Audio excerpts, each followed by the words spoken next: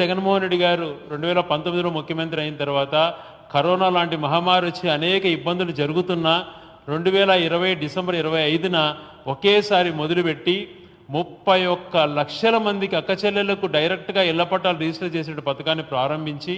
31 లక్షలు మామూలుగా కాదు 31 లక్షల మందికి దాదాపుగా 71.8 వేల ఎకరాలు 72,000 ఎకరాలలో 31.19 లక్షల మంది హౌస్ సైట్స్కి దాదాపుగా 1,15,000 కోట్ల వాల్యూ చేసేటువంటి అసెట్ క్రియేషన్ అంటే ఆస్తిపరంగా సృష్టించే విధంగా కార్యక్రమాన్ని మొదలుపెట్టి 17,000 జగనన్న కాలనీలు 72,000 ఎకరాలలో 31,20,000 ఇళ్ల స్థలాలకు 1,15,000 కోట్ల విలువ చేసేటువంటి ఆస్తులను 17,000 జగనన్న కాలనీలను తను ప్రారంభించి దానికి ఒక రూపు తీసుకొస్తే ఈరోజు ఏదో తాను